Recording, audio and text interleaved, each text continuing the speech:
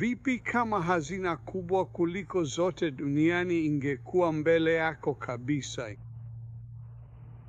Hazina iliyofichwa. Hii ni hadithi ya kweli ambayo lazima usikie. Jina langu ni Mchungaji Thomas na ningependa kukushukuru kwa kutazama video hii leo. Ningependa kushiriki nawe hadithi ya kweli ambayo ilitokea mwaka 2009 katika nchi ya Uingereza.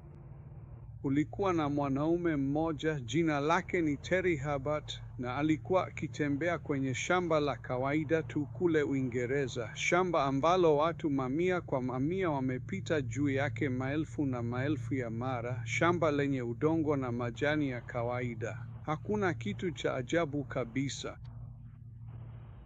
Lakini alikuwa na kifaa cha kugundua metali.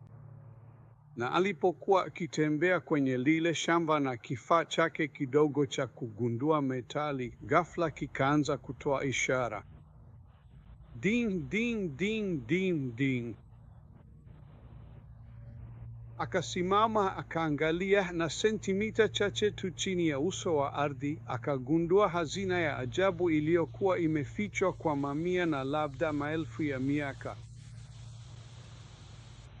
Alikuta vipande vya dhahabu na fedha, mkusanyiko mkubwa kabisa wa kazi za mikono za dhahabu na fedha za Anglo-Saxon kuwahi kugunduliwa katika historia ya binadamu.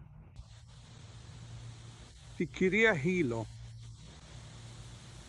Kutembea juu ya mlima wa dhahabu na fedha za Anglo-Saxon chini tu ya uso wa ardhi kama hazina iliyofichwa. Yesu aliwahi kusimulia hadithi hii na alisema hivi. Alisema kwamba kulikuwa na mtu mmoja aliyekuwa anatembea shambani akakuta hazina hii iliyofichwa.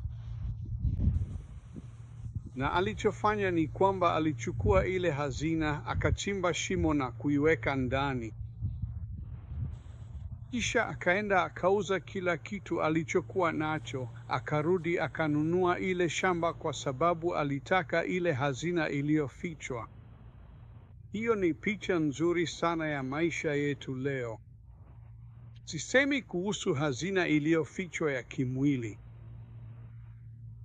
Lakini ninachozungumzia ni kitu ambacho wewe unakitaka, mimi ninakitaka, na kila mtu duniani anakitaka. Hazina iliyofichwa ninayozungumzia ni amani, furaha, raha na kuwa na uhakika wa unakoenda baada ya kufa. Unajua, huwezi kuwa na furaha na amani mpaka uwe na uhakika wa nini kitatokea kwako baada ya kufa. Kwa hiyo tunatafuta na kutafuta hii hazina iliyofichwa itakayotuleta furaha. Sasa watu wengine wanajaribu mambo mengi tofauti. Wanajaribu starehe za kingono, wanajaribu mafanikio, wanajaribu umaarufu. Labda wewe unajaribu pesa. Labda unajaribu dini yako mwenyewe, haijalishi ni ipi, lakini bado bila mafanikio.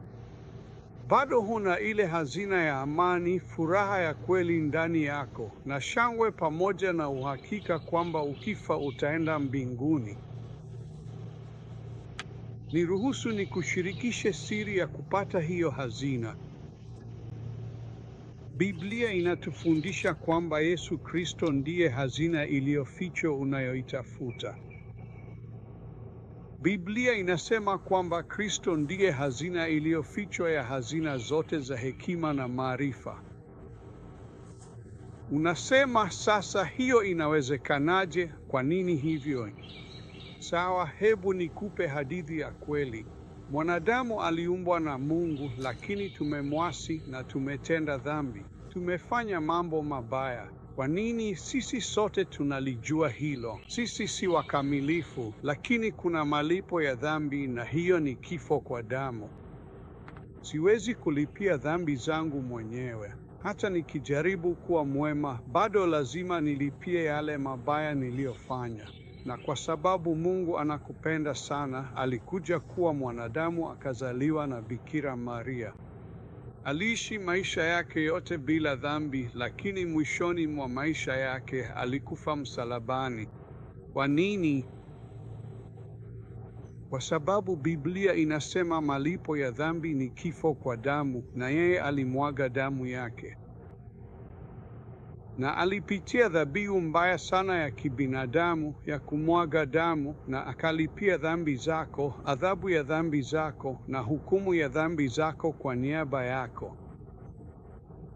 Na baada ya siku 3 alifufuka kutoka kwa wafu. Yuko hai. Na Mungu alikuumba ili umjue.